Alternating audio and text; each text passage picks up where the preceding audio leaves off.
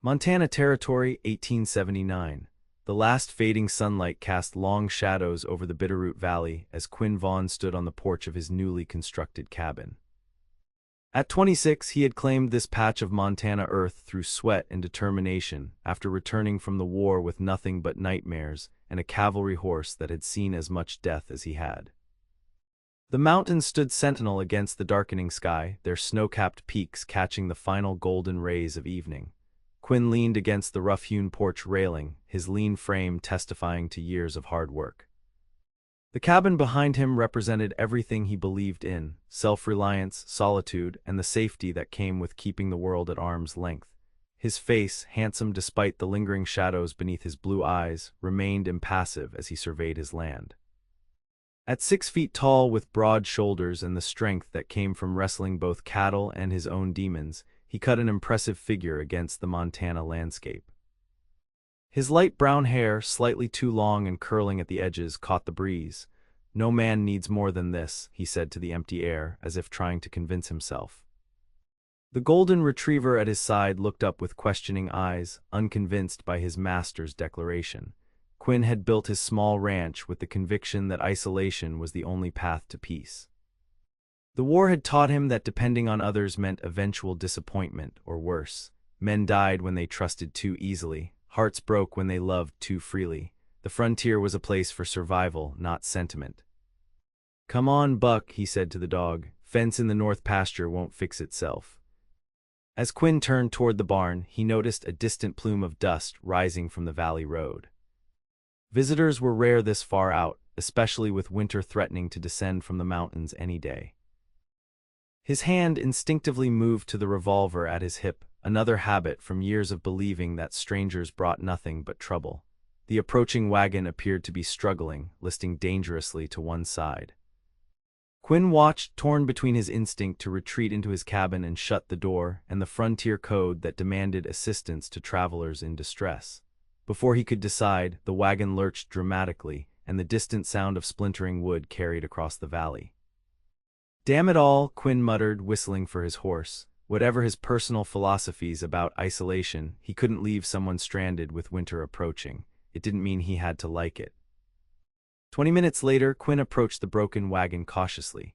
A young woman stood beside it, attempting to calm a nervous horse while examining the shattered wheel. Her emerald green traveling dress, though dusty from the journey, spoke of Eastern refinement, as did the elegant coil of golden blonde hair now coming loose from its pins. "Need some help, ma'am?" Quinn called, keeping a respectful distance. The woman turned, revealing a face that made Quinn momentarily forget his rehearsed offer of assistance. Clear blue eyes regarded him with a mixture of relief and wariness from a face that artists would have begged to paint. She couldn't have been more than 22, with a delicate strength in her features that suggested she was no stranger to hardship, despite her fine clothes.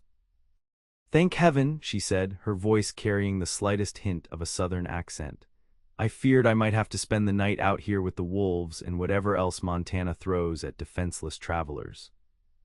"No wolves in these parts," Quinn replied automatically, then awkwardly added, "Not many anyway." The woman's laugh was unexpectedly warm. "How reassuring, Mr.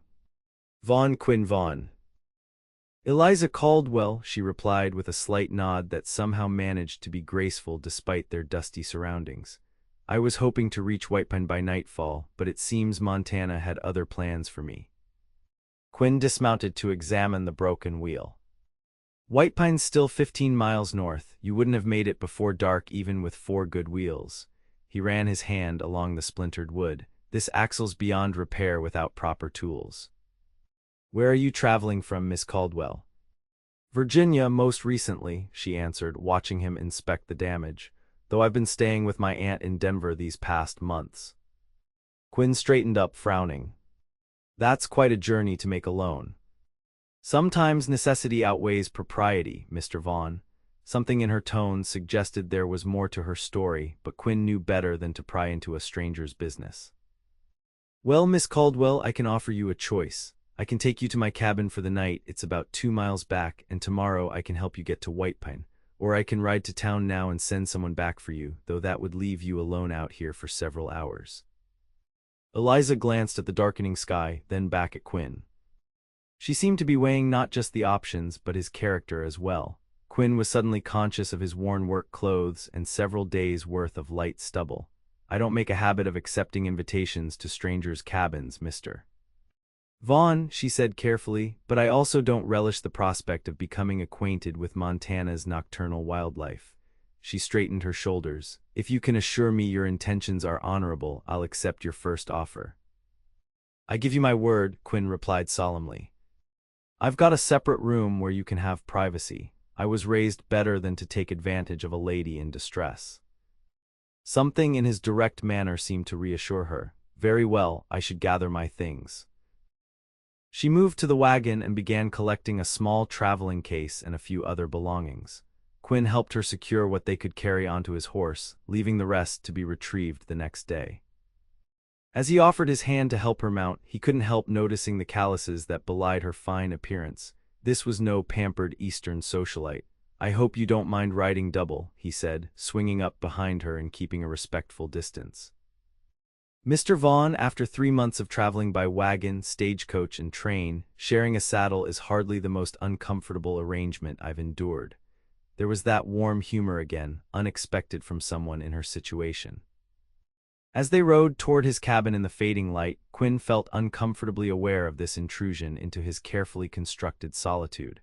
He had built his life around the belief that the frontier was no place for connections, that self-reliance was the only religion worth practicing. Yet here was this woman forcing him to engage with the very world he had retreated from. "What brings you all the way to White Pine?" he asked, breaking the silence. "My brother," she replied after a moment. "He came west 5 years ago and has established himself as a rancher. I'm to live with him now." The hesitation in her voice suggested a story left untold, but Quinn didn't press. Everyone in the West carried secrets. It was part of the unspoken code of the frontier to respect those boundaries. "White Pine's a growing town," he offered. "Decent people for the most part." "And you? What brings a man to build a cabin so far from others?" Eliza asked, turning slightly to see his face. Quinn's jaw tightened. "Peace and quiet," he answered shortly. "The war taught me the value of solitude." "The war taught many lessons," she replied quietly. "Not all of them worth learning." The perceptiveness of her comment caught Quinn off guard. Before he could respond, his cabin came into view, lamplight from the windows he'd left burning creating a golden glow against the gathering darkness. "It's not much," he said as he helped her down from the horse, "but it's sturdy enough to keep out the cold." Eliza looked at the small but well-built structure, then at the magnificent mountains rising behind it. "It's beautiful," she said simply. "A person could breathe here." Something in her words resonated with Quinn in a way he wasn't prepared for. It was exactly why he'd chosen this place, to breathe freely, away from the suffocation of too many people and too many memories. Inside, the cabin was spare but clean. A main room with a stone fireplace, a small kitchen area, and 2 doors leading to separate sleeping quarters. Quinn had built the second room planning to use it for storage, but it had remained largely empty, as if waiting for a purpose. "You can take my room," Quinn said, gesturing to the door on the right. "I'll sleep out here by the fire." "I couldn't possibly displace you," Eliza protested. "It's no trouble," Quinn insisted, already moving to stoke the fire. "There are fresh sheets on the bed. I'll fetch some water so you can wash up." As Quinn busied himself with preparations, Eliza stood in the center of the cabin, taking in her surroundings. Despite its simplicity, there were signs of care everywhere: hand-carved furniture, neatly stacked books on a small shelf, dried herbs hanging from the rafters. This was not the home of a man who merely existed. It was the home of someone who had created a life with intention. "You built all this yourself?" she asked, running her hand along the smooth surface of the dining table. Quinn nodded, setting a basin of water on a stand near the bedroom door. "Took me 2 years, started with just a tent." He hesitated, then added, "After Appomattox, I couldn't stomach going back east, too many ghosts." "The ghosts have a way of following," Eliza said softly, almost to herself. Quinn looked at her sharply, struck by the shadows that crossed her face, but before he could respond, she straightened her shoulders and offered a smile that didn't quite reach her eyes. "Thank you for your hospitality, Mr. Vaughn. I'm afraid the journey has left me rather exhausted." "Of course," Quinn replied, stepping back. "There's food if you're hungry." I'll be out on the porch for a while if you need anything. Once Eliza had retired to the bedroom, Quinn stepped outside into the cool night air. The stars had emerged in full glory, the Milky Way arching overhead like a silver river. He took a deep breath, trying to shake the unsettled feeling that had come over him. One night, he reminded himself. One night of playing host, and then tomorrow he would deliver Miss Caldwell to White Pine and return to his solitude. The thought should have been comforting, but somehow it wasn't. Buck nudged against his leg, and Quinn absently scratched the dog's ears. "Don't get used to company," he murmured, though he wasn't sure if he was speaking to the dog or to himself. Inside the small bedroom, Eliza sat on the edge of the bed, finally allowing the careful composure she had maintained all day to crumble. She removed a crumpled letter from her pocket and read it again, though she had long since memorized its contents. "My dearest sister," it began in her brother's familiar handwriting, "I write with grave news. Father has suffered financial ruin through unwise investments. The plantation is lost, and with it our family's standing. I can offer you sanctuary here in Montana, where I have made a modest success. Come quickly before the scandal fully breaks." What the letter didn't say, what her brother couldn't have known when he sent it, was that the scandal had indeed broken, spectacularly and completely. Eliza closed her eyes against the memory of her father's rage when his creditors had come calling, the way he had looked at her as if she were merchandise to be bartered. "You'll marry Harrington," he had declared, naming a man 40 years her senior, a business associate who had offered to cancel some of her father's debt in exchange for his beautiful daughter. When she had refused, her father's face had turned a dangerous shade of purple. "Then you are no daughter of mine," he had spat. "You have until morning to reconsider, or you will find yourself on the street with nothing but the clothes on your back." She had left that night, taking only what she could carry, using the money her brother had sent for her journey west. 3 months of difficult travel had brought her here, to this quiet cabin in the Montana wilderness, under the protection of a stranger with sad eyes who seemed as determined to keep the world at bay as she was to find her place in it. Eliza washed her face in the basin of cool water, changed into her nightclothes, and slipped beneath the covers of Quinn's bed. It felt strange to be surrounded by the belongings of a man she had just met, yet there was an unexpected comfort in the clean sheets that smelled of mountain air and the sturdy walls that promised safety, if only for one night. As she drifted toward sleep, Eliza wondered about the man who had opened his home to her. Quinn Vaughn seemed a contradiction, the kind of man who built a home meant to last generations, yet lived in it alone. A man who clearly valued self-sufficiency above all else, yet hadn't hesitated to help a stranger in need. Tomorrow she would continue to White Pine, to the brother she hadn't seen in 5 years, to start building a new life from the ashes of the old. Tonight, however, she would rest in this unexpected sanctuary, grateful for the kindness of a solitary cowboy who had made room for her in his carefully ordered world. The morning brought heavy gray clouds and a biting wind that hinted at the first snow of the season. Quinn woke before dawn, as was his habit, and quietly prepared coffee and a simple breakfast of bacon and cornbread. He moved with practiced efficiency in the small space, occasionally glancing toward the closed bedroom door. Having a stranger in his home, a female stranger at that, was disorienting. Quinn was accustomed to the rhythms of solitude, to answering to no one but himself and the demands of his land.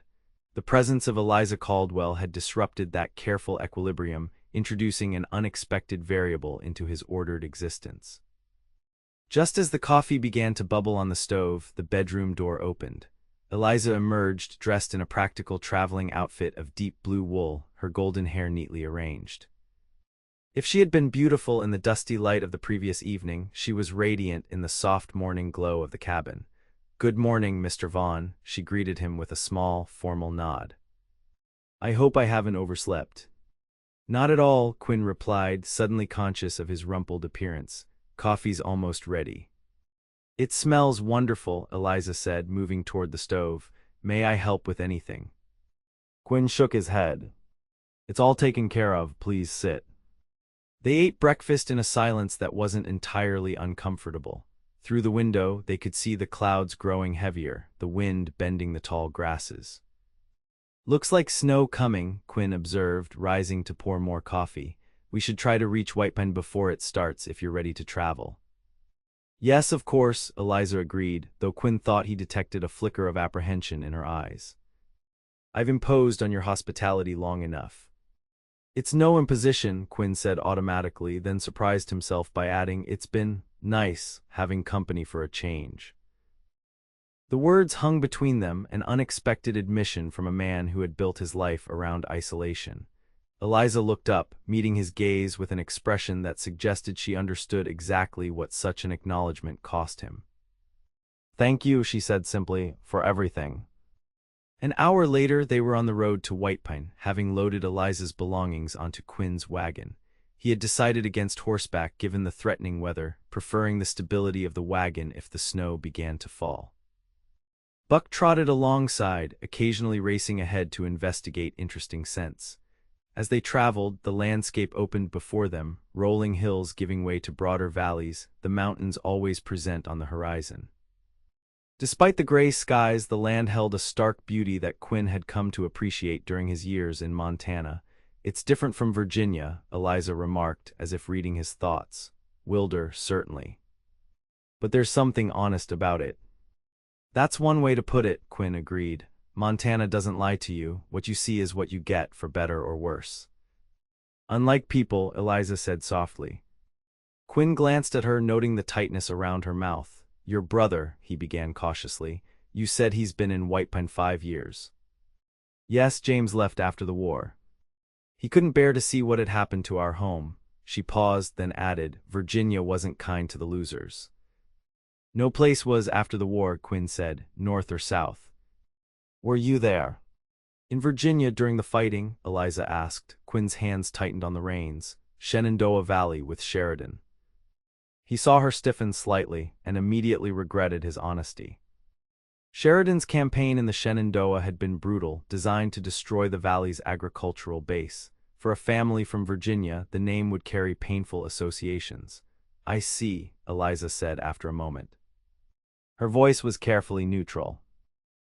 I was young, Quinn said, feeling a sudden need to explain himself. 21, full of righteous certainty. I believed in the cause, still do, mostly, but some of what we did. He shook his head. It's why I came west. To leave that behind. Eliza was quiet for so long that Quinn thought she might not respond. When she finally spoke, her words surprised him. The war asked terrible things of everyone, she said. We lost our brother William at Antietam. He was 19. Our father was never the same after that. Her hands twisted in her lap. Perhaps none of us were. The simple acknowledgement of shared pain, bridging the divide that had torn the country apart, touched something in Quinn that he had thought long buried. It was the first time he had spoken of the war with someone from the other side without anger or defensiveness coloring the exchange. I'm sorry about your brother, he said genuinely. Thank you, Eliza replied. And I'm sorry for whatever ghosts you brought with you from the valley. They fell into a companionable silence as the wagon continued toward White Pine. The first flakes of snow began to fall, delicate crystals that melted as soon as they touched the earth. Quinn increased the horse's pace, concerned about the weather worsening. Your brother, he said after a while, does he know you're arriving today? No, Eliza admitted. My last letter to him was sent from Denver nearly 3 weeks ago. I wasn't certain how long the journey would take. White Pine's not a large town, Quinn assured her. We'll find him easily enough. As they crested a rise in the road, White Pine came into view in the valley below. It wasn't much to look at, a main street lined with wooden buildings, a church steeple, scattered houses spreading outward into the surrounding countryside. But to someone who had traveled across the continent, it must have represented Journey's End. Quinn glanced at Eliza and was struck by the mixture of emotions playing across her face. Relief, certainly, but also unmistakable anxiety. Her hands were clenched tightly in her lap, her knuckles white with tension. Miss Caldwell, he said gently, is everything all right? She looked at him, seeming to debate how much to reveal. My brother doesn't know the full circumstances of my departure from Virginia, she said finally. I left rather hastily. Quinn waited, sensing there was more she wanted to say. My father wanted me to marry a man I could not respect, let alone love, Eliza continued, her voice steady despite the difficulty of the admission. When I refused, he threatened to disown me. I left before he could make good on his threat. The raw honesty of her statement caught Quinn off guard. Such personal revelations weren't common between strangers, especially on the frontier where privacy was closely guarded. But something about their brief acquaintance had created a space where truth could be offered without judgment. "Your brother," Quinn said carefully. "What kind of man is he?" "Kind," Eliza replied without hesitation, but also proud. "Our family has had a certain position in Virginia society. I'm not sure how he'll react to learn that I've essentially been thrown out." Quinn considered this as they began the descent into town. The snow was falling more steadily now, beginning to stick to the ground in patches. "Family is complicated," he said finally, "but if he invited you here, he must want you in his life." "I hope so," Eliza said, and there was a vulnerability in her voice that made Quinn wish he could offer more than just platitudes. As they entered White Pine, the activity of the town enveloped them. Despite its small size, the main street bustled with purpose, shopkeepers sweeping their boardwalks, ranchers loading supplies, children darting between buildings despite the snow. Quinn guided the wagon toward the center of town, where the general store served as the town's informal hub of information. "Mr. Peterson will know where to find your brother," Quinn explained as he brought the wagon to a halt. "He knows everyone's business in White Pine." Inside the general store, the warmth of the pot-bellied stove was a welcome contrast to the increasingly cold day. Walter Peterson, a balding man with spectacles and an ever-present ledger, looked up as they entered. "Quinn Vaughn," he greeted, clearly surprised. "Don't often see you in town except for supplies day." "Special circumstances, Walter," Quinn replied, gesturing to Eliza who stood just behind him. "This is Miss Eliza Caldwell. She's looking for her brother, James Caldwell. I believe he ranches somewhere in these parts." Peterson's eyebrows rose, and Quinn didn't miss the quick, evaluating glance he gave Eliza. In a town as small as White Pine, newcomers were always subject to scrutiny, especially attractive young women. "James Caldwell," Peterson repeated, stroking his chin. "Indeed he does. Has a decent spread about 5 miles north of town." He turned to Eliza with increased interest. "You're James's sister from back east. He's mentioned you, though he wasn't expecting a visit, I don't believe." "It's not exactly a visit," Eliza replied with dignity. "I'm coming to stay with him at his invitation." Something in Peterson's expression shifted, a flicker of what might have been concern. "I see," he said, his tone carefully neutral. "Well, he was in town just yesterday, picking up supplies. Mentioned something about heading to Helena on business for a few days." Quinn felt Eliza stiffen beside him. "Helena," she repeated. "Are you certain?" "Quite certain, miss," Peterson confirmed. "Said he had banking matters to attend to. Left yesterday afternoon, if I recall correctly." Quinn watched as Eliza absorbed this information, saw the momentary flash of panic in her eyes before she composed herself. "I see," she said, her voice remarkably steady. "Thank you for the information, Mr. Peterson." Outside on the boardwalk, the snow was beginning to accumulate, small drifts forming against the buildings. Eliza stood very still, staring at the white flakes as they fell. "Helena's only a day's journey," Quinn offered. "We could send a telegram, let your brother know you've arrived." "Yes," Eliza agreed absently, "though I'm not sure when he would receive it." She turned to Quinn, visibly gathering her courage. "Mr. Vaughn, I find myself in an awkward position. With my brother away, I have nowhere to stay." Quinn glanced up at the darkening sky, the snow falling more heavily by the minute. "There's a small hotel at the end of the street," he said. "Nothing fancy, but clean enough." "I'm afraid," Eliza hesitated, color rising in her cheeks.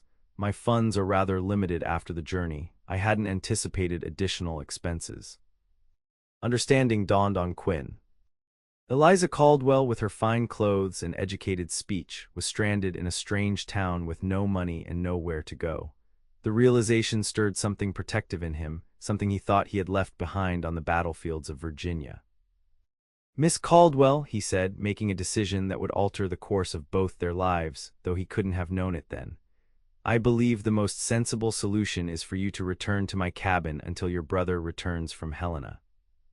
It's not ideal, I know, but it would be safer than staying in town alone, especially with this weather turning." Eliza looked at him, clearly weighing his offer against her limited options. "You've already been more than kind, Mr. Vaughn. I couldn't impose further." "It's not an imposition," Quinn insisted, surprising himself with his earnestness. "The cabin has 2 rooms, as you know. You'd have privacy, and it would only be for a few days until your brother returns." The practicality of his suggestion seemed to overcome Eliza's hesitation. "If you're certain it wouldn't be an inconvenience." "I'm certain," Quinn said, and was startled to realize he meant it. The prospect of returning to his empty cabin suddenly seemed less appealing than it had the day before. As they made their way back to the wagon, Quinn became aware of curious glances from townspeople.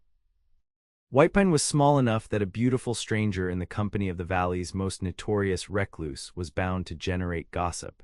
He helped Eliza onto the wagon seat, conscious of appearances but unwilling to leave her to fend for herself. "We should stock up on supplies before heading back," Quinn said, securing a blanket around Eliza's shoulders against the increasing cold. "The snow might keep us homebound for a day or 2. The word homebound hung between them, its domestic connotations seemingly out of place in their temporary arrangement. But as they set about gathering provisions, flour, coffee, bacon, and other necessities, Quinn found himself falling into an unexpectedly comfortable rhythm with Eliza. She moved through the general store with purpose, selecting items with a practiced eye, consulting with him on quantities and preferences. "Do you prefer coffee strong or mild?" she asked at one point, holding 2 different packages. "Strong," Quinn answered, adding with a half-smile, "strong enough to stand a spoon in it, my mother used to say." "Mine too," Eliza replied, returning his smile with a warmth that seemed to push back against the cold day. By the time they left Whitepine, the snow was falling steadily, transforming the landscape into a world of white and gray. Quinn drove carefully, mindful of the increasingly slippery road. Beside him, Eliza sat wrapped in blankets, occasionally pointing out a deer or fox visible through the curtain of snow. "It's beautiful," she observed as they passed a stand of pines, their branches heavy with white, like something from a Christmas card. "It won't seem so beautiful when we're shoveling paths to the barn," Quinn warned, though without any real complaint in his voice. "Montana winters demand respect." "As do Montana cowboys, it seems," Eliza replied with a hint of teasing that caught Quinn by surprise. Not many men would offer shelter to a stranded woman with such little hesitation. Quinn felt a warmth rise in his face that had nothing to do with the exertion of driving through snow. "It's the decent thing to do," he said simply. "Out here we look after each other, it's how we survive." "Is that why you live alone miles from town?" Eliza asked, her tone gentle rather than accusatory. "To look after others." The question penetrated deeper than she could have known, touching on the contradiction that had defined Quinn's life since the war. He had retreated from society, believing solitude was the path to peace, yet he had built a home sturdy enough for a family, raised cattle that required community to bring to market, and never hesitated to offer aid to those in need. "I live alone because it's simpler," he said finally. "People are complicated." "Yes, they are," Eliza agreed softly, "though sometimes the complications are worth it." Quinn glanced at her, struck by the quiet certainty in her voice. For a moment, he allowed himself to consider what it might be like to embrace those complications, to build a life that included more than just survival. It was a dangerous line of thought, one he quickly redirected. "We should reach the cabin before dark," he said, turning his attention back to the road ahead. "If the snow keeps up like this, we might be stuck there for a day or 2. "I've had worse travel companions," Eliza said lightly.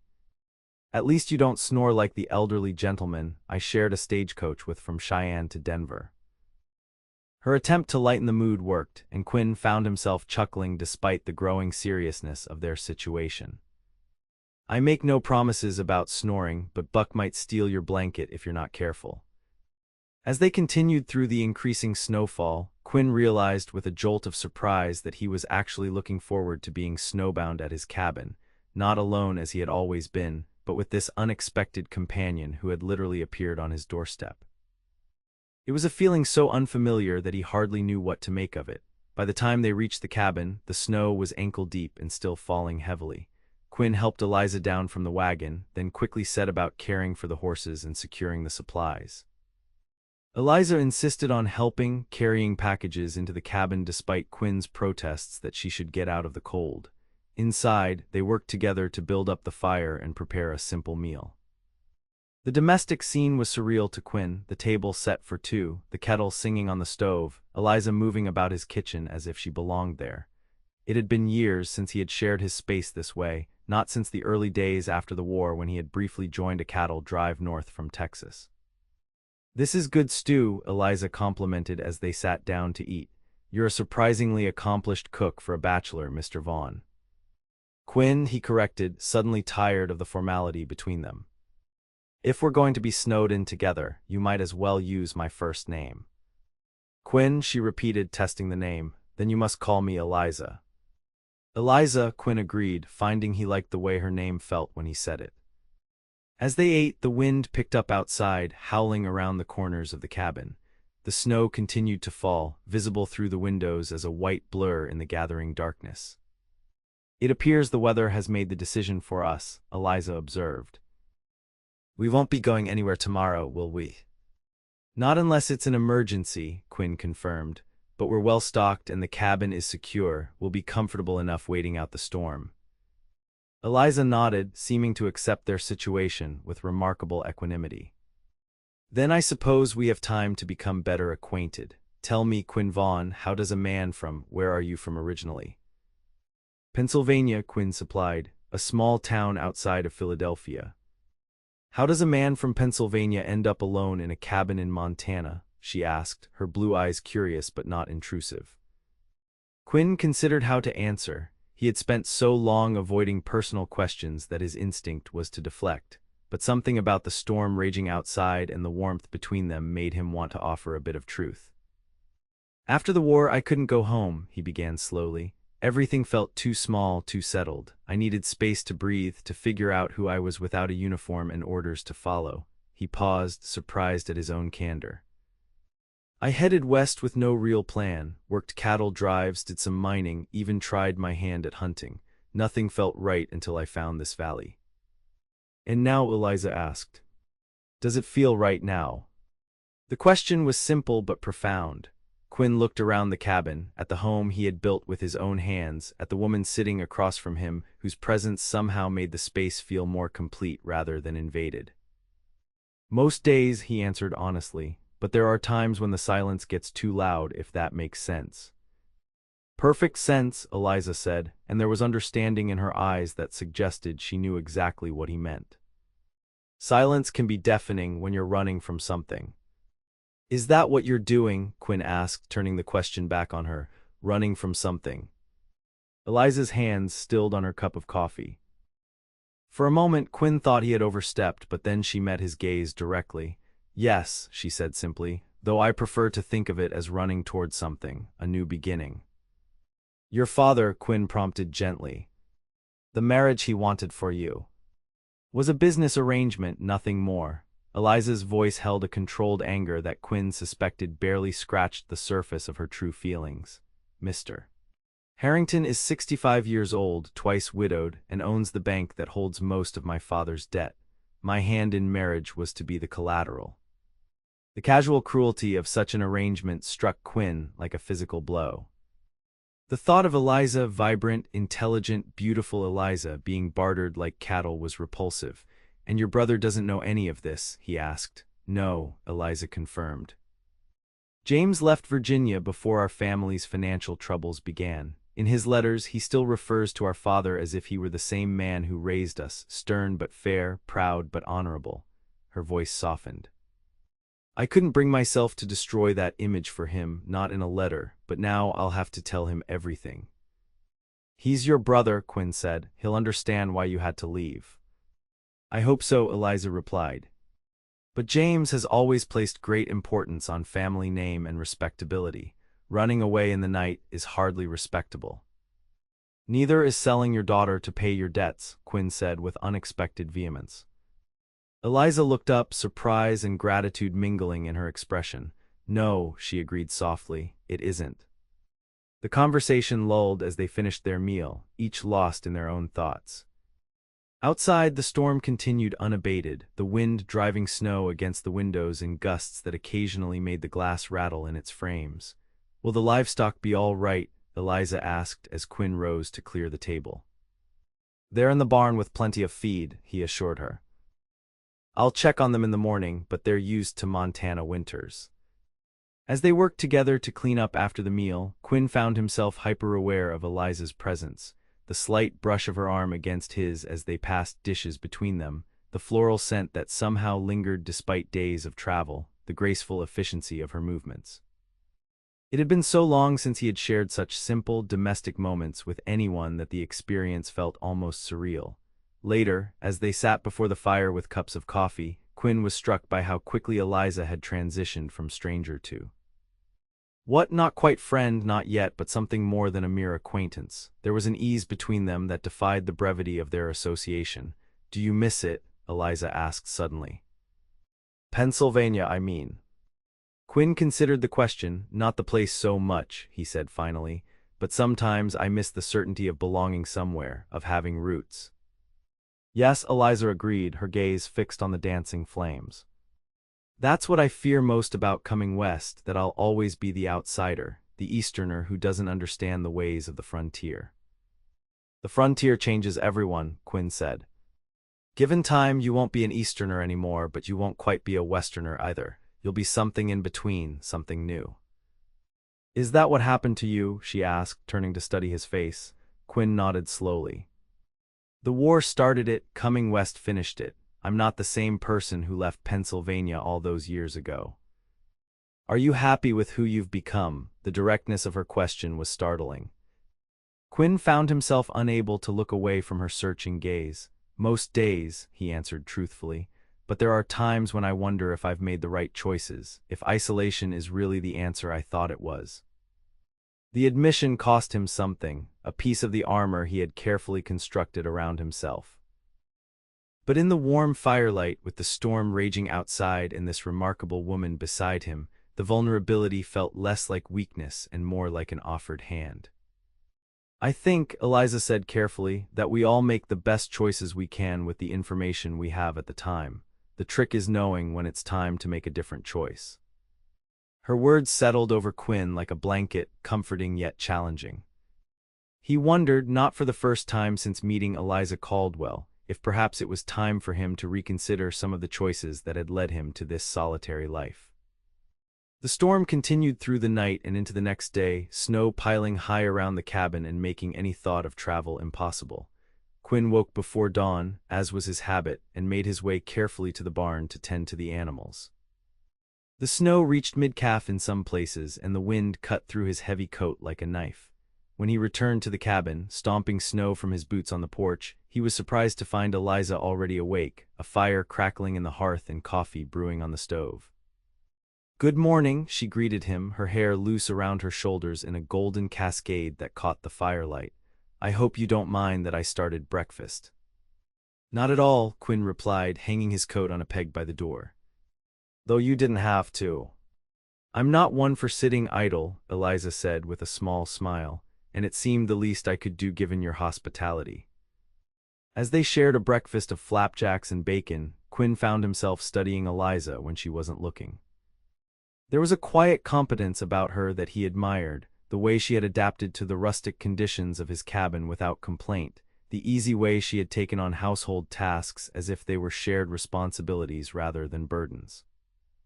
"The storm shows no signs of letting up," Quinn observed, glancing toward the window where snow continued to fall steadily. "We're likely to be here another day at least." "I hope my brother won't worry," Eliza said, a furrow appearing between her brows, "though I suppose he has no reason to expect me so soon." "Once the roads are clear, we can get word to him," Quinn assured her. "White Pine may be small, but news travels fast." After breakfast, they settled into an unexpectedly comfortable routine. Quinn worked on mending harnesses and other indoor tasks he had been putting off, while Eliza discovered his small collection of books and settled near the fire to read. Occasionally they would share observations or stories, the conversation flowing naturally between periods of companionable silence.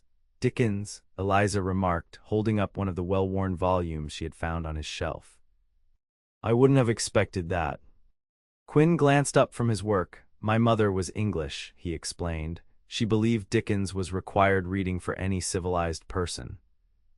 Mine too, Eliza said with delight, though she preferred the Brontes. She thought Dickens was too fond of coincidence. Life is full of coincidences, Quinn observed, like a Virginia lady and a Pennsylvania cowboy being stranded together in a Montana blizzard.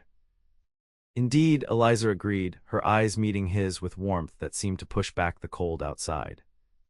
Though I'm not sure my mother would approve of this particular coincidence. Mine either, Quinn admitted with a small smile, but I find I'm rather grateful for it nonetheless. The day passed in this easy manner, and Quinn was surprised to discover how much he enjoyed the simple presence of another person in his space. There was none of the suffocation he had feared, none of the intrusion he had convinced himself would come with company. Instead, there was a pleasant sense of sharing, of his solitary existence being temporarily enriched rather than disrupted. As evening approached, Quinn decided to brave the elements again to check on the animals and bring in more firewood. The storm had abated slightly, though snow was still falling steadily. I'll help, Eliza offered, already reaching for her coat. It's bitter cold out there, Quinn protested. I'm hardier than I look, Eliza insisted, and 4 hands will make the work go faster. Reluctantly, Quinn agreed, helping her bundle up against the cold with an extra scarf and gloves that engulfed her smaller hands. Outside, the world was transformed, drifts of snow nearly waist-high in places, trees bent under the weight of white, the mountains barely visible through the gray sky. They made their way carefully to the barn, where the animals greeted them with grateful whickers and bleats. Quinn showed Eliza how to refresh the water buckets and distribute feed, impressed by her willingness to tackle the unfamiliar tasks. You've done this before, he observed as she efficiently filled the feed troughs. Not exactly, Eliza admitted, but I helped with our kitchen garden in Virginia, and I spent summers on my uncle's farm when I was younger, before the war changed everything. There was a wistfulness in her voice that tugged at Quinn's heart. How many lives had been irrevocably altered by those 4 bloody years? How many paths diverted, dreams abandoned, families torn apart? The war has a lot to answer for, he said quietly. Eliza looked up, meeting his gaze across the dim barn. Yes, she agreed, but perhaps some good can come from it too, new beginnings, different paths we might not have taken otherwise. Like Montana, Quinn asked. Like Montana, Eliza confirmed with a small smile, and unexpected friendships. The word friendship seemed inadequate for the connection that was forming between them, but Quinn accepted it as a starting point. Whatever was happening between him and Eliza Caldwell defied easy categorization, especially given the temporary nature of their arrangement. As they finished their chores and prepared to head back to the cabin, Quinn noticed Eliza gazing at the snow-covered landscape with undisguised wonder. It's so vast, she said, her breath forming clouds in the cold air. In Virginia, there were always boundaries, fences, roads, neighboring plantations. Here, it feels like the land goes on forever. It can be overwhelming, Quinn acknowledged, remembering his own initial response to Montana's expansiveness. But there's freedom in it, too. Freedom, Eliza repeated thoughtfully. Yes, I can see that. They had nearly reached the cabin when Eliza's foot caught in a hidden depression beneath the snow. She stumbled and Quinn reached out instinctively to steady her. His hands caught her waist and for a moment they were pressed together, faces inches apart, their breath mingling in the cold air.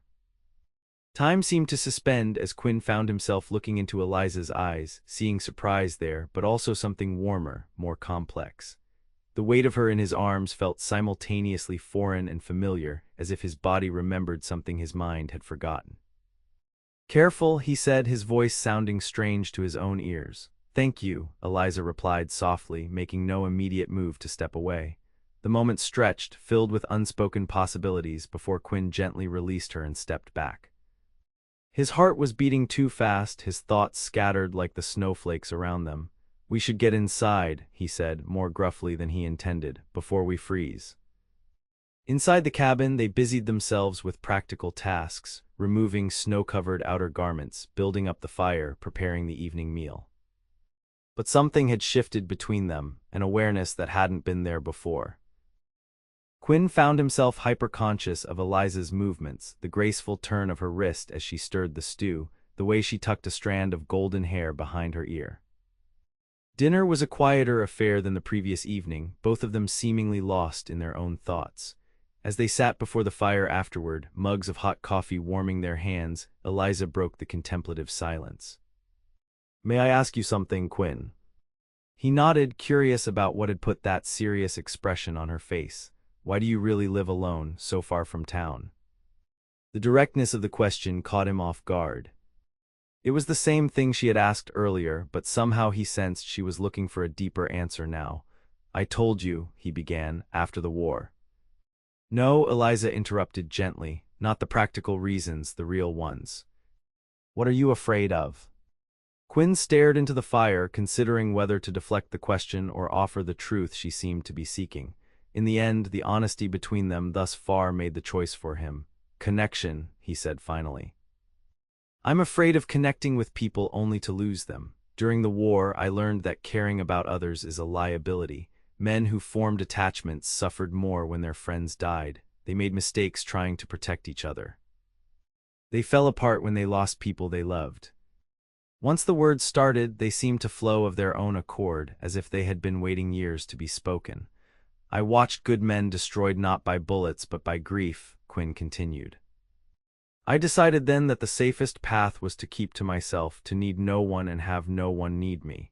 He looked up, meeting Eliza's steady gaze. It seemed sensible at the time. "Now I'm not so sure." "And what's changed?" Eliza asked softly. Quinn hesitated, weighing his next words carefully. "I've started to wonder if safety is worth the cost," he said, "if avoiding pain means missing everything else too." Eliza was silent for a long moment, her face illuminated by the dancing firelight. When she spoke, her words carried the weight of someone who had also given the matter careful thought. "After my mother died," she began, "I watched my father retreat into himself. He stopped engaging with life, stopped finding joy in anything. He was physically present but emotionally absent, and eventually that absence consumed him. That's when the gambling started and the drinking." She set her coffee mug aside. "I promised myself I would never live that way, half alive, walled off from both pain and happiness." "And yet here you are," Quinn observed, "starting over in a strange place, leaving everything familiar behind." "Yes," Eliza acknowledged with a small smile. "But I'm not hiding, Quinn, I'm seeking. There's a difference." The distinction struck Quinn profoundly. Had he been seeking something in Montana or merely hiding from what he feared? The question unsettled him, challenging the narrative he had constructed about his life since the war. "What are you seeking?" he asked, genuinely curious. "A life of my own choosing," Eliza replied without hesitation. "Not one dictated by my father's failures or society's expectations. I want to discover who I am when all those external pressures are removed." She leaned forward slightly. "What about you, Quinn Vaughn? If you stopped hiding, what would you be seeking?" The question hung between them, demanding an honesty Quinn wasn't sure he was ready to give. Yet something about this moment, the storm outside, the warmth within, the connection forming between them, made prevarication impossible. "Peace," he said finally, "not just the absence of noise or people, but real peace, the kind that comes from being where you belong, with those you belong with." "And do you think you'll find that alone in your cabin?" Eliza asked, her voice gentle rather than accusatory. "I used to think so," Quinn admitted. "Now I'm not so certain." Their eyes met across the short distance between them, and Quinn felt something shift within him, a wall beginning to crumble, a door starting to open. It was terrifying and exhilarating all at once, this sensation of changing from the inside out. The storm continued through the night, but by morning it had passed, leaving behind a world transformed by snow. Sunlight sparkled on the white landscape, creating a dazzling brightness that was almost painful to behold. Quinn stood on the porch, coffee mug in hand, surveying the altered terrain. "It's magnificent," Eliza said, joining him outside, wrapped in a borrowed blanket, "like a new world entirely." "The road to town will be impassable for another day at least," Quinn observed. "Even with the sun, it will take time for the snow to settle enough for travel." "I don't mind," Eliza replied, and there was something in her voice that made Quinn glance at her sharply. "It's peaceful here." They spent the day in necessary work, clearing paths to the barn and woodpile, checking on the animals, ensuring the cabin was secure against the cold. Eliza insisted on helping with everything, quickly learning the routines of ranch life and adapting to the physical demands with impressive resilience. "You're a natural at this," Quinn commented as they worked together to clear snow from the barn entrance. "Most city folks would be complaining by now." "I'm not most city folks," Eliza replied with a smile that somehow warmed Quinn despite the frigid air. "And Virginia plantations may be more refined than Montana ranches, but hard work is hard work wherever you go." By afternoon, the most essential tasks were completed, and they returned to the cabin, flushed from exertion and cold. As Quinn built up the fire, Eliza discovered a shelf of forgotten playing cards. "Do you play?" she asked, holding up the deck. "It's been years," Quinn admitted, "but I remember the basics." They spent the remainder of the day engaged in increasingly competitive games of poker and whist, discovering a shared enjoyment of strategic thinking and good-natured rivalry. Quinn found himself laughing more than he had in years, drawn out of his habitual reserve by Eliza's quick wit and expressive storytelling. "You're terrible at bluffing," Eliza observed with amusement as she won yet another hand. "Your left eyebrow twitches when you're trying to hide a good hand." "Does it now?" Quinn said, raising the offending eyebrow deliberately, "and here I thought I was being inscrutable." "Hardly," Eliza laughed. "You're quite transparent, Quinn Vaughn. At least to someone who's paying attention." The idea that Eliza had been paying such close attention to him sent an unexpected warmth through Quinn's chest. He had spent so long being invisible, deliberately fading into the background of White Pine's community, keeping interactions brief and impersonal, that being truly seen felt both exposing and exhilarating. As evening fell, they prepared dinner together, moving around the small kitchen with an ease that belied their short acquaintance. There was something deeply satisfying about the domestic partnership they had fallen into, a rhythm that felt natural despite its novelty. "I've been thinking," Quinn said as they sat down to eat, "tomorrow the roads should be clear enough to get to town. I can take you to your brother's ranch directly, rather than going to White Pine first." Eliza nodded, though Quinn thought he detected a flicker of something, regret, cross her face. "That would be kind of you," she said. "I've imposed on your hospitality long enough." "It's not an imposition," Quinn said quickly, surprising himself with his vehemence. "In fact, it's been," he searched for the right word. "Pleasant." "Pleasant," Eliza repeated, a small smile playing at the corners of her mouth. "High praise indeed from a man who prefers solitude." "Perhaps I've been too hasty in my preferences," Quinn admitted, meeting her gaze directly. "These past days have reminded me that company can be agreeable under the right circumstances." "And what are the right circumstances?" Eliza asked, her blue eyes holding his.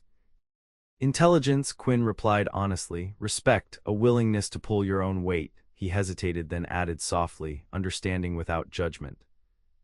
"Those are rare qualities," Eliza observed. "Yes," Quinn agreed. "They are."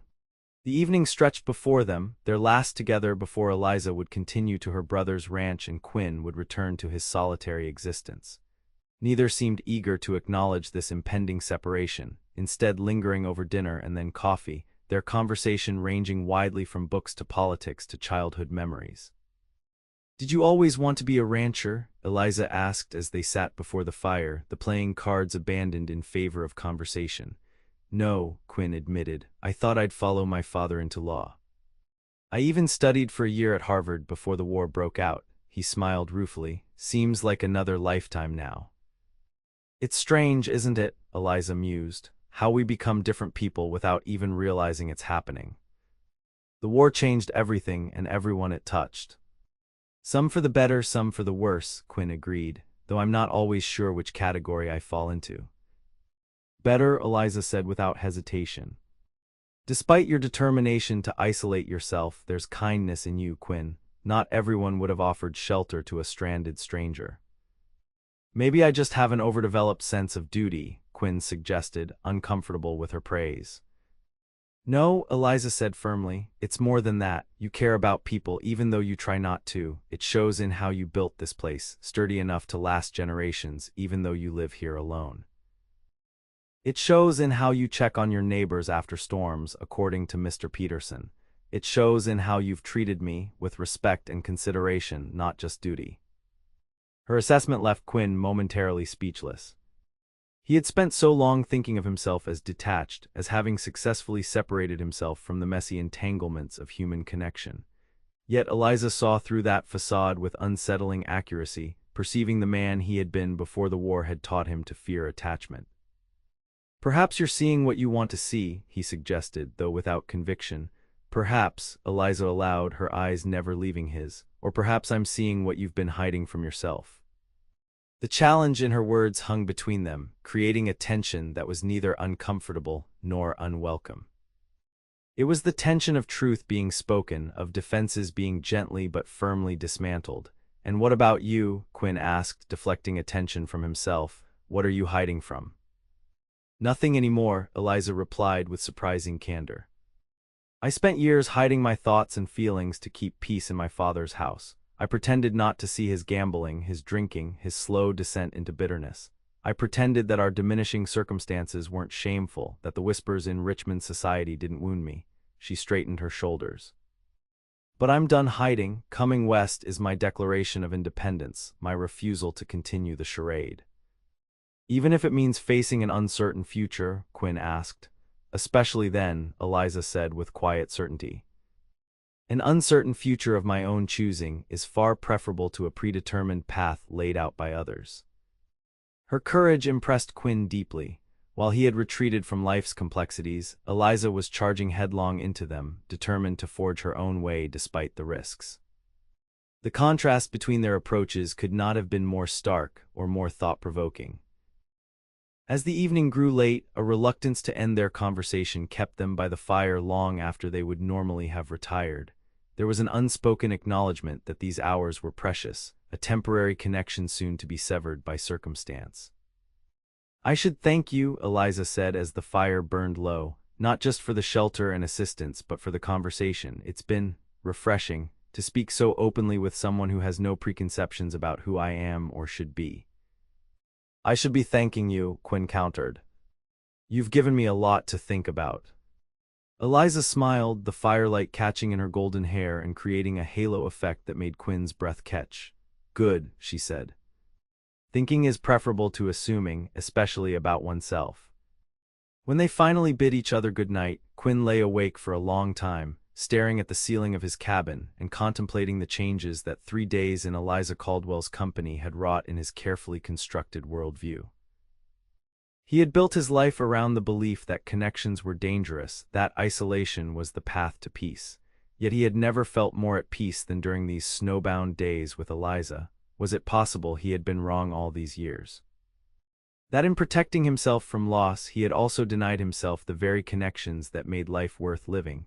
The questions circled in his mind, challenging assumptions he had held since the war, forcing him to reconsider choices he had thought settled long ago. Morning arrived clear and bright, the sun transforming the snow-covered landscape into a dazzling expanse of white.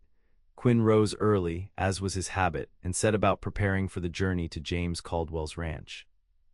He checked the wagon, ensuring it was ready for travel through the snow-packed roads, and prepared a hearty breakfast, aware that it might be the last meal he shared with Eliza. When she emerged from the bedroom, there was a subdued quality to her greeting, as if she too felt the weight of their impending separation. "The roads should be passable now," Quinn said as they ate. "We can leave whenever you're ready." "Yes, of course," Eliza agreed, her usual animation dimmed. "I've kept you from your work long enough." They finished breakfast in a silence that was more tense than comfortable, each seemingly lost in their own thoughts. As Eliza went to collect her belongings, Quinn stood by the window, watching the sun climb higher in the sky and trying to reconcile himself to the return of his solitude. It should have felt like a relief, a restoration of the order he had so carefully constructed. Instead, it felt like loss. The journey to the Caldwell Ranch took most of the morning, the wagon moving slowly through the snow-packed roads. They spoke little, each wrapped in their own contemplations, the easy conversation of previous days replaced by a charged silence. As they crested a rise in the road, a substantial ranch came into view in the valley below, a large main house, several outbuildings, and fenced pastures where cattle could be seen even under the blanket of snow. It was clearly a prosperous operation, speaking to James Caldwell's success in his adopted home. "It's larger than I expected," Eliza remarked, straightening her posture as if preparing herself for what was to come. "Your brother has done well for himself," Quinn agreed, noting the quality of the structures and the extent of the property. "He's respected in these parts." As they approached the ranch, a tall man emerged from the barn, alerted by the sound of the wagon. He stood waiting as they drew nearer, his stance suggesting curiosity rather than alarm. Quinn brought the wagon to a halt and helped Eliza down, acutely aware that their time together was drawing to a close. As they approached the waiting man, Quinn could see the family resemblance, the same golden hair, though darker in the brother's case, the same direct blue gaze. "James," Eliza called, her voice carrying a mixture of nervousness and relief. "Eliza," James Caldwell's expression transformed from wary curiosity to astonishment. "Good Lord, is it really you?" He strode forward, enveloping his sister in an embrace that lifted her feet from the ground. "What on earth are you doing here? I thought you were still in Denver." "It's a long story," Eliza replied, returning his embrace with equal fervor. "I arrived in White Pine only to find you were in Helena." James Caldwell turned to Quinn, still keeping one arm around his sister's shoulders. "And you are?" "Quinn Vaughn," he replied, extending his hand. "I found Miss Caldwell when her wagon broke down near my property during the storm." "Vaughn," James repeated, shaking Quinn's hand firmly. "I know the name. You ranch in the North Valley, keep mostly to yourself." "That's right," Quinn confirmed, somewhat surprised to be known to a man he had never met. "Well, Mr. Vaughn, I'm deeply indebted to you for looking after my sister." James's gratitude seemed genuine, though Quinn didn't miss the assessing look in the man's eyes. "Please, both of you come inside. You must be frozen, and I want to hear everything." Inside the ranch house, which was comfortably appointed if somewhat lacking in feminine touches, James Caldwell insisted on proper introductions and refreshments before allowing any explanations. A Chinese cook brought coffee and fresh biscuits, and they settled in the parlor where a large fire warded off the winter chill. "Now then," James said once they were settled, "what brings my sister all the way from Virginia without so much as a telegram to warn me? And how did you end up in Mr. Vaughn's company?" Eliza glanced at Quinn as if drawing strength from his presence, before turning to her brother. "I left Virginia rather suddenly," she began, her hands clasped tightly in her lap. "Father wanted me to marry Mr. Harrington. You remember him, the banker." James frowned. "Harrington? He must be 60 if he's a day." 65, Eliza confirmed, "and twice widowed. Father arranged it to settle his debts. When I refused, he threatened to throw me out. So I left before he could." The shock on James Caldwell's face was evident. "Father did this, tried to marry you off to settle debts. That doesn't sound like him at all." "He's changed, James," Eliza said softly. "After Mother died, after we lost the plantation, he's not the man you remember. And he threatened to disown you." James was clearly struggling to reconcile this information with his memories of their father. "Yes," Eliza confirmed. "He gave me until morning to reconsider the engagement. I packed what I could and left that night, using the money you sent for my journey west." Quinn watched this exchange in silence, impressed by Eliza's composure as she relayed what must have been deeply painful events. There was a dignity in her recounting, a refusal to dramatize or seek sympathy that spoke volumes about her character. James ran a hand through his hair, visibly processing this news. "And your journey here? What happened with your wagon?" Eliza explained the broken wheel, the approaching storm, and Quinn's offer of shelter. She did so with careful attention to propriety, emphasizing the separate sleeping arrangements and the weather conditions that had necessitated their extended stay together. "Mr. Vaughn was a perfect gentleman," she concluded. "I don't know what I would have done without his assistance." James turned to Quinn with renewed gratitude. "It seems I owe you more than I realized, Mr. Vaughn. Thank you for looking after my sister with such consideration." "It was no trouble," Quinn replied, feeling increasingly out of place in this family reunion. "Anyone would have done the same." "Not everyone," James disagreed. "Many men might have seen opportunity rather than obligation in finding a young woman alone and in distress." "James," Eliza protested, color rising in her cheeks. "Mr. Vaughn doesn't need your implications, however well-intended. His conduct was beyond reproach. Quinn rose to his feet, suddenly eager to be gone. The siblings clearly had much to discuss privately, and his continued presence felt intrusive. I should be getting back, he said. There's stock to tend to, and the day is wearing on. Of course, James said, rising as well, but you must allow me to compensate you for your trouble. That won't be necessary, Quinn refused firmly. I was happy to help. At least stay for dinner, James insisted. Chen makes an excellent roast, and it's the least we can offer. Another time, perhaps, Quinn said, already moving toward the door. I've been away from my ranch long enough. Eliza followed him to the porch, leaving James inside to give them a moment of privacy. The afternoon sun had begun its descent, casting long shadows across the snow-covered yard. Thank you, Eliza said simply, standing before Quinn with an openness that made his heart ache in ways he didn't fully understand. For everything. It was nothing, Quinn replied, suddenly finding it difficult to meet her gaze. I'm glad you found your brother safely. It wasn't nothing, Eliza insisted, stepping closer. You opened your home to a stranger. You showed kindness when you could have turned away. You listened when I needed someone to hear me. She hesitated, then added softly, you reminded me that there are good men in the world when I was beginning to doubt it. Quinn looked at her then, struck by the sincerity in her blue eyes, the way the winter sun caught in her golden hair. Something shifted within him, a recognition of what these few days together had meant, not just to her but to him as well. Will you be all right here? He asked, genuinely concerned about her future. I believe so, Eliza replied with a small smile. James may be shocked by what's happened, but he's still my brother. We'll find our way forward together. She paused, then added, and you, will you be all right in your solitude? The question held more weight than its simple words suggested. It was really asking if their time together had changed anything for him, if the walls he had built around himself had been altered by her brief presence in his life. I don't know, Quinn answered honestly. But I'm grateful for the questions you've made me ask myself. Good, Eliza said. Questions are the beginning of change, I think. There was so much more Quinn wanted to say, about how she had disrupted his carefully constructed isolation, how she had challenged his beliefs about what he needed and wanted from life, how he found himself reluctant to return to the silence of his cabin.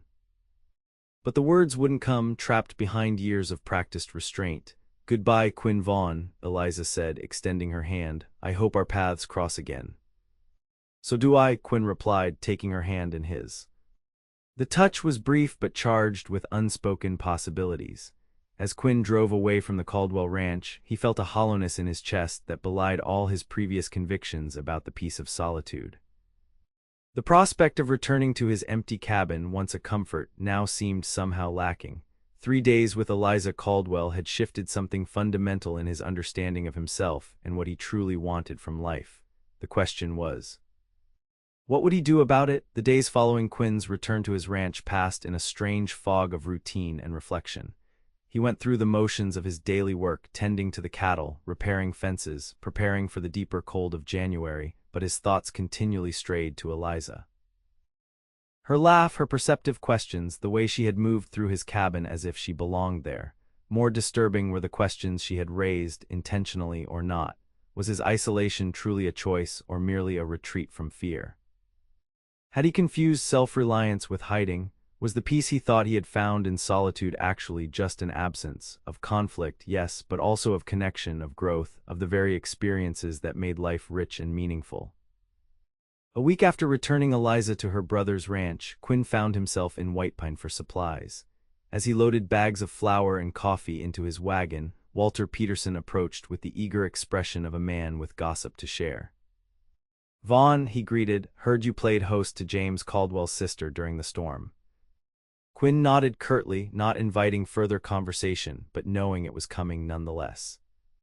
Quite a story she has, Peterson continued, undeterred by Quinn's reticence. Fleeing Virginia to escape an arranged marriage, traveling all that way alone, makes for good talk around town. Quinn's jaw tightened. Miss Caldwell's circumstances are her own business, he said coldly, not fodder for gossip. Peterson raised his hands in a placating gesture. No offense meant, just saying it takes courage what she did. Town's quite taken with her already. She's been helping at the school, has a way with the children. This information caught Quinn by surprise. He had assumed Eliza would remain at her brother's ranch, at least initially. The thought of her in town just a few miles away created a strange tightness in his chest.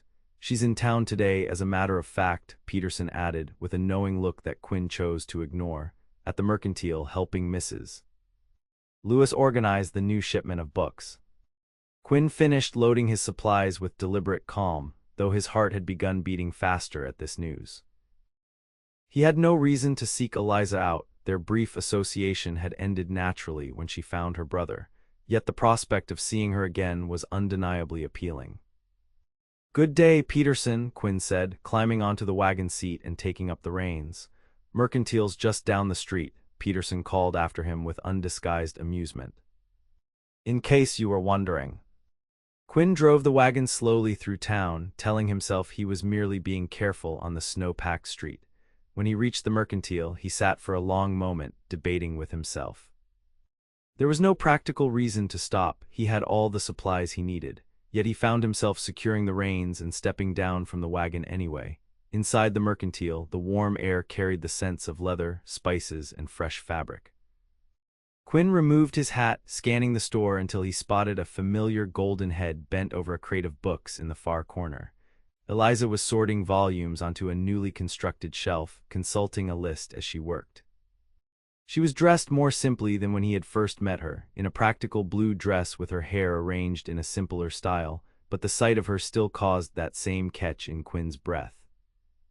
She looked up as the door closed behind him, and the smile that spread across her face at the sight of him was like sunrise breaking over the mountains. "Quinn," she said, setting aside the book she had been holding and crossing the store toward him. "What a pleasant surprise."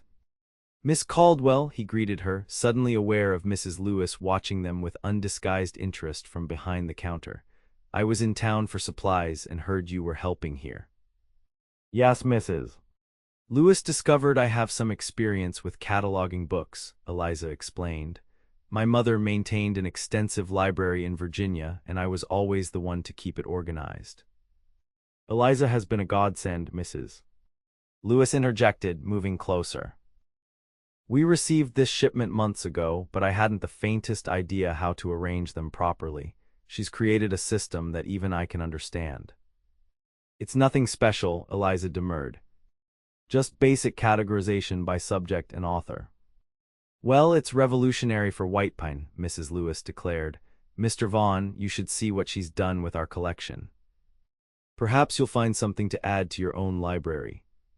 The shopkeeper's matchmaking intentions were hardly subtle, but Quinn found he didn't mind. It gave him an excuse to spend a few more minutes in Eliza's company. "I could use some new reading material for the winter," he agreed, allowing Eliza to lead him to the bookshelves.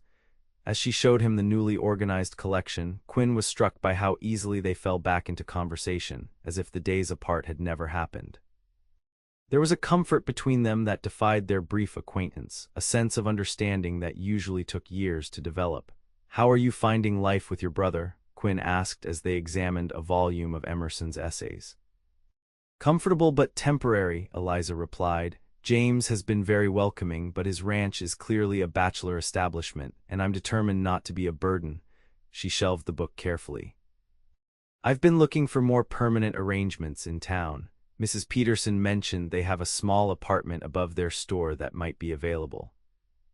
"You're planning to stay in White Pine then?" Quinn tried to keep his tone neutral, though the prospect stirred something warm in his chest. "Yes," Eliza confirmed, meeting his gaze directly. "I find I like it here. There's a simplicity to life that appeals to me after the artifice of Richmond society, and people have been remarkably welcoming." "I'm glad," Quinn said sincerely. "You deserve a fresh start." "What about you?" Eliza asked, her blue eyes searching his. "Have you given any thought to our conversations during the storm?"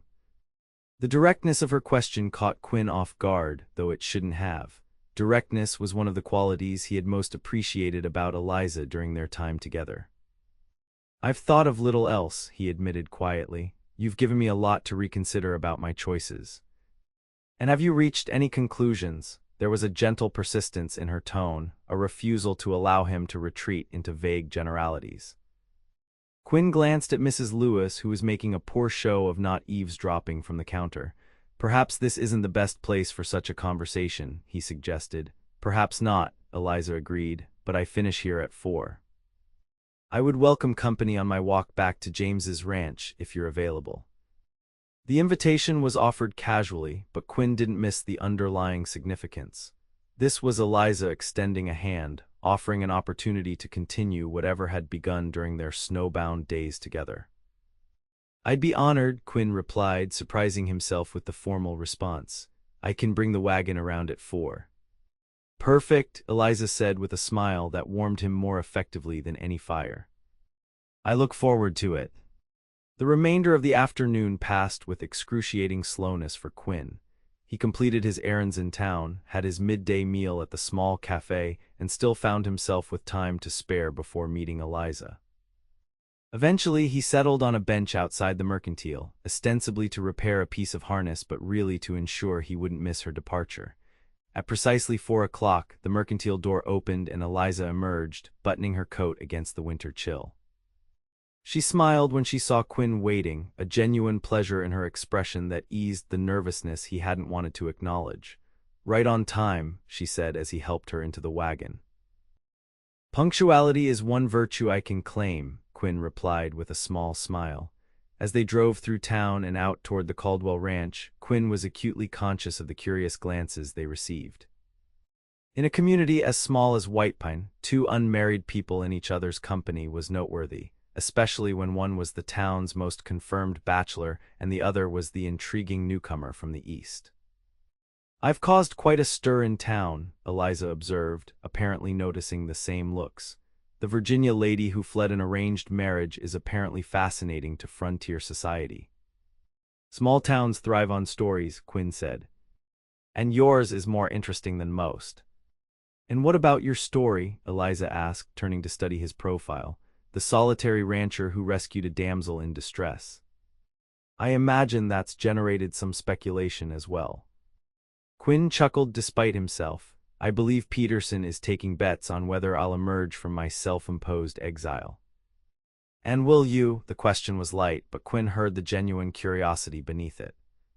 He considered his answer carefully as the wagon rolled through the snow-covered landscape. "I'm beginning to think isolation isn't the protection I believed it to be," he said finally. "It may just be another kind of prison." "What changed your mind?" Eliza asked softly. Quinn glanced at her, taking in the golden hair escaping from beneath her bonnet, the clear blue eyes that seemed to see straight through his defenses, the strength and vulnerability that coexisted so naturally in her. "You did," he admitted, the words feeling like stepping off a cliff into unknown depths. "You made me question assumptions I've held since the war. You reminded me that connection doesn't have to mean vulnerability, that sharing oneself can be strength rather than weakness." The honesty of his response seemed to catch Eliza by surprise. For a moment she was silent, her gaze fixed on the mountains in the distance. "I'm glad," she said finally. "When I first met you, I saw someone who had built walls so high that nothing could hurt him anymore, but nothing could reach him either. It seemed a terrible waste of a good heart." The simple assessment touched Quinn deeply. He had spent so long thinking of his isolation as a logical choice, a reasoned response to the horrors he had witnessed during the war. The idea that others might see it as a tragedy had never occurred to him, and now, he asked, "What do you see now?" Eliza turned to face him fully, her expression thoughtful. "I see a man beginning to question whether safety is worth the cost of solitude, a man remembering that to be fully human is to be both vulnerable and connected." She smiled softly. "I see possibility, Quinn Vaughn." The word hung between them, possibility, with all its implications of change, of growth, of futures not yet determined but rich with potential. It was terrifying and exhilarating in equal measure.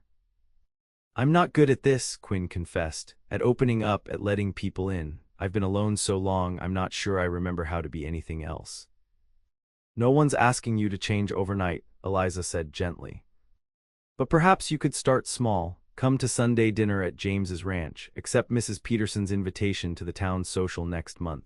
Visit the mercantile when I'm cataloging books and tell me about your day." She paused, then added with a smile, "Baby steps, Mr. Vaughn." The suggestion was so practical, so free of dramatic demands or expectations, that Quinn found himself nodding before he had consciously decided to do so. "Baby steps," he agreed. "I think I could manage that." The relief in Eliza's smile suggested she had been uncertain of his response, which was oddly comforting. Perhaps he wasn't the only one navigating unfamiliar territory in whatever was developing between them. As they approached the turnoff to the Caldwell ranch, Quinn slowed the wagon. "Sunday dinner," he said, as if confirming an appointment. "What time should I arrive?" 2 o'clock, Eliza replied, her eyes bright with something that looked suspiciously like hope. "James will be pleased. He's been curious about you since I told him how we met." "Should I be worried?" Quinn asked, only half joking. "Not at all," Eliza assured him. "James is protective, but he's also a good judge of character, and I've told him nothing but good things about you." They had reached the ranch, and Quinn brought the wagon to a halt at the main gate. For a moment neither moved, both seemingly reluctant to end their time together. "Thank you for the ride," Eliza said finally, "and for considering my suggestion." "Thank you for the invitation," Quinn replied. "And for the perspective you've offered." As he helped her down from the wagon, their hands met and held for a moment longer than strictly necessary. The connection was brief but charged with meaning, an acknowledgement of something growing between them, something neither was ready to name but both recognized as significant. "Until Sunday," Eliza said, stepping back. "Until Sunday," Quinn confirmed, already looking forward to it in a way that would have been unimaginable just weeks ago. As he drove back toward his ranch, Quinn was struck by the strangeness of his own reactions. For years he had avoided entanglements, had structured his life around independence and solitude. Yet here he was, eagerly anticipating a social engagement, actively seeking the company of others, or one other specifically. The snowfall had transformed the Montana landscape, covering familiar terrain with new shapes and textures. It struck Quinn as an apt metaphor for what was happening in his own life, the familiar contours of his existence being reshaped by the unexpected arrival of Eliza Caldwell, revealing possibilities he hadn't allowed himself to consider before. Perhaps it was time to let the snow melt, to see what lay beneath the protective covering he had maintained for so long. Sunday dinner at the Caldwell Ranch proved to be a turning point for Quinn. James Caldwell, after an initial period of cautious assessment, revealed himself to be a thoughtful and engaging host. The conversation flowed easily among the three of them, ranging from ranching practices to literature to the future of the Montana Territory. "You should consider expanding your operation, Vaughn," James suggested as they enjoyed coffee after the meal. "With the railroad coming through, beef prices are only going to rise. Your valley has some of the best grazing land in the territory." "I've thought about it," Quinn admitted, "but more cattle means hiring hands, becoming an employer rather than just working for myself." "Is that such a bad thing?" James asked. "Building something larger than yourself, creating opportunities for others." "It would certainly mean an end to your hermitage," Eliza observed with a teasing smile that softened the observation. Quinn found himself considering the possibility more seriously than he would have just weeks ago. "Perhaps it's time for a change," he said thoughtfully. "I've been doing things the same way for a long time." "Change can be invigorating," James agreed. "Look at me. 5 years ago I was a destitute former Confederate officer with nothing but the clothes on my back and a single horse. Now I'm running one of the most productive ranches in the county." He glanced at his sister with affection. "And now I have family with me again, which is worth more than all the cattle." The warmth between the siblings was evident, and Quinn was pleased to see that Eliza had found the support she needed in her brother. Despite their years apart, there was a natural ease in their interaction that spoke of deep familial bonds. As the evening progressed, Quinn found himself reluctant to leave. There was a comfort in the Caldwell home, a sense of belonging that he had almost forgotten was possible. When he finally did depart, with promises to return soon, Eliza walked him to his wagon. "Thank you for coming," she said, standing close enough that he could see the individual snowflakes landing in her golden hair. "It meant a lot to both of us." "I enjoyed myself," Quinn replied honestly. "Your brother is a good man." "He likes you," Eliza told him with a smile. which is fortunate, as I suspect you'll be seeing more of each other. The implication was clear, and Quinn felt a surge of both anticipation and trepidation. I'd like that, he said, meeting her gaze directly, seeing more of both of you. Eliza's smile deepened, her blue eyes reflecting the winter starlight. Good, she said simply. Because I've become quite fond of your company, Quinn Vaughn. The admission, offered with characteristic directness, warmed Quinn despite the frigid night air. And I yours, Eliza Caldwell.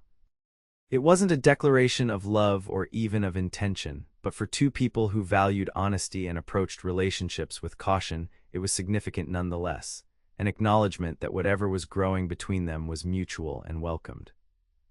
In the weeks that followed, Quinn found himself drawn into the social fabric of White Pine in ways he hadn't experienced since arriving in Montana. He accepted invitations he would have declined before, participated in community events he would have avoided, and most significantly, found reasons to be in town whenever Eliza was working at the mercantile. Their friendship deepened through these regular encounters, through shared meals at the Caldwell Ranch, through long conversations about books and ideas and experiences. Quinn discovered in Eliza an intellectual equal, someone who challenged his thinking and expanded his perspective while respecting his values and principles. For her part, Eliza seemed to bloom in her new environment. She established herself in the small apartment above the Petersons' store, decorated it with items salvaged from her journey and new acquisitions from the mercantile, and quickly became a valued member of the community. Her work cataloging books expanded to teaching reading classes for the town's children, and her natural warmth drew people to her despite her status as a newcomer. As winter began to give way to the first hints of spring, Quinn found himself confronting feelings he had long believed himself incapable of experiencing. His attraction to Eliza was no longer something he could deny or dismiss. It had grown too substantial, too central to his daily thoughts and plans.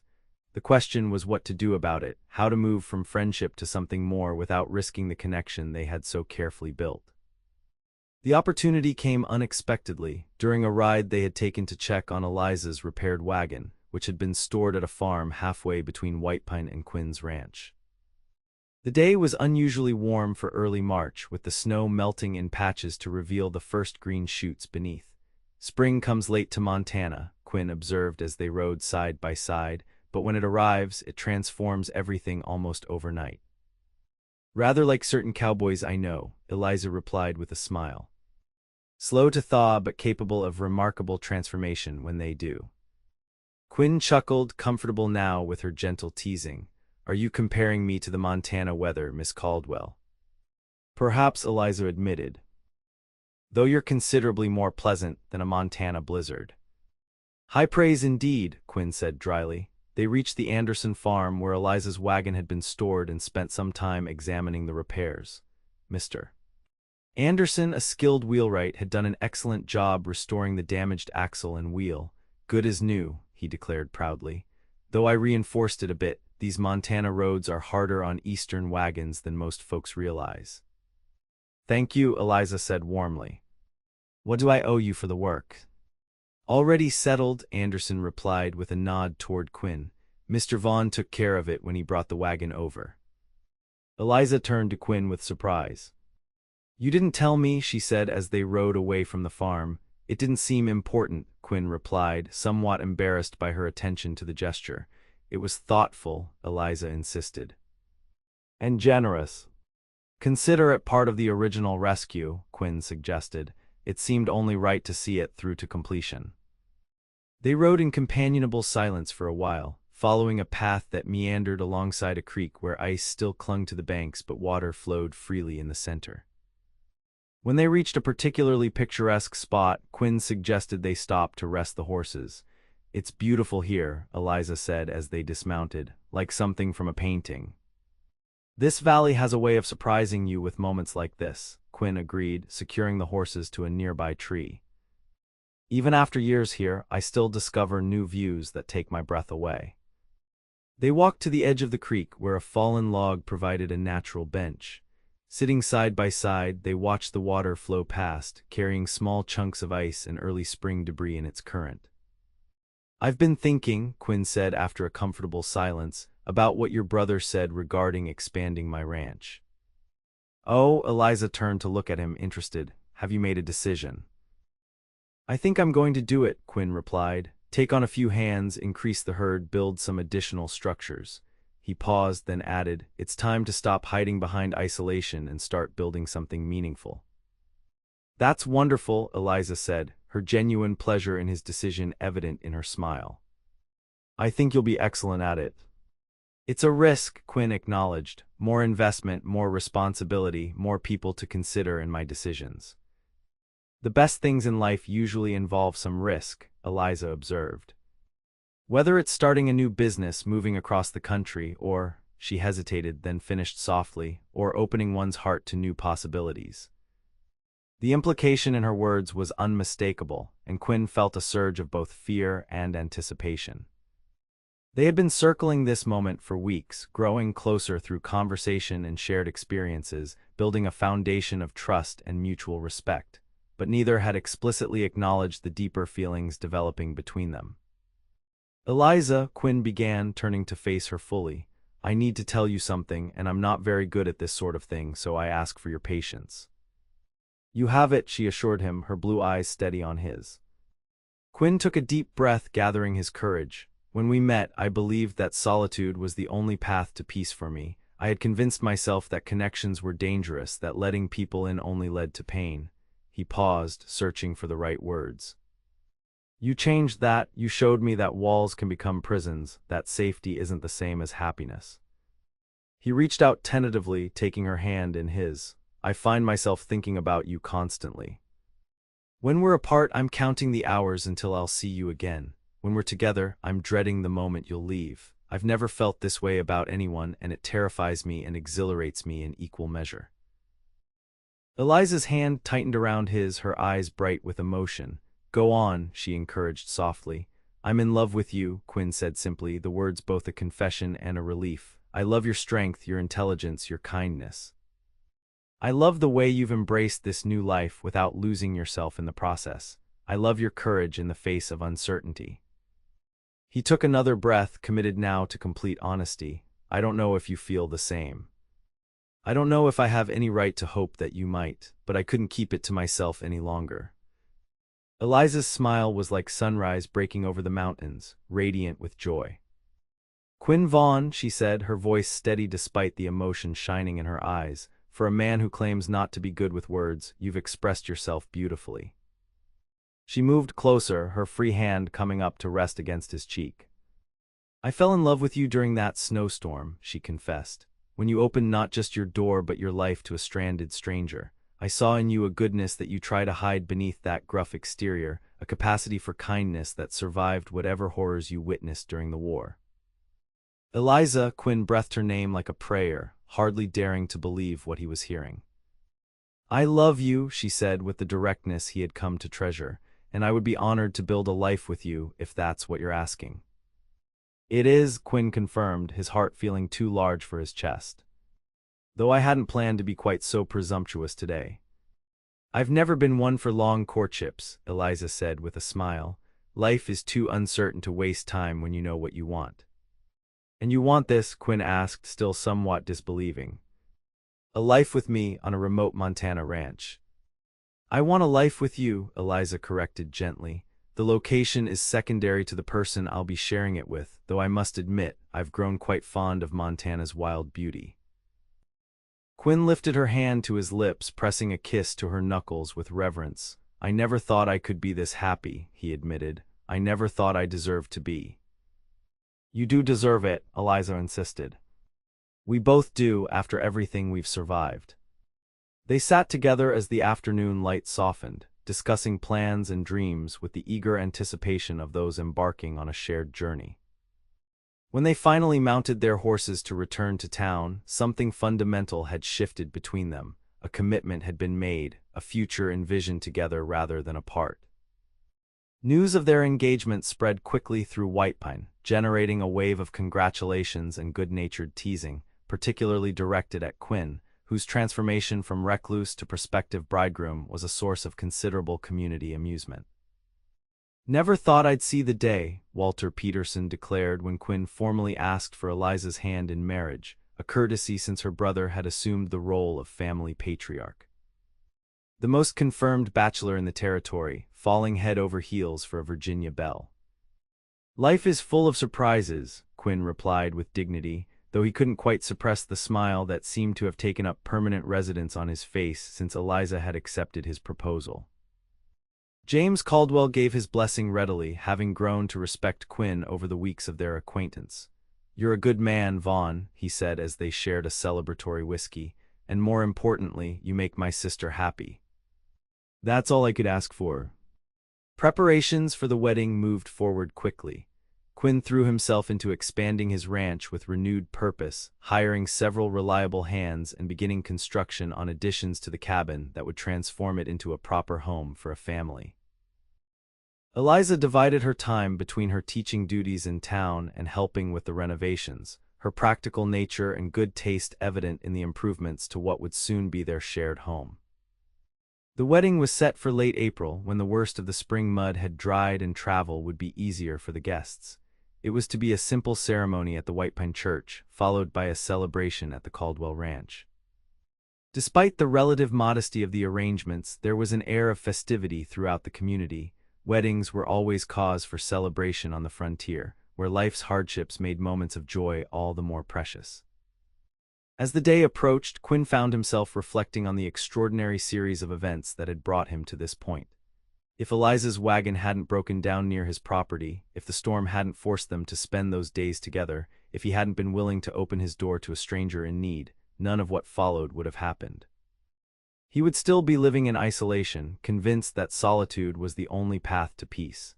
Instead, he was preparing to share his life with a woman who had shown him that true peace came not from the absence of others, but from the presence of the right person. It was a profound transformation, one that had rippled outward to touch every aspect of his existence. The night before the wedding, Quinn stood on the porch of his cabin, soon to be their home, watching the stars emerge in the clear spring sky.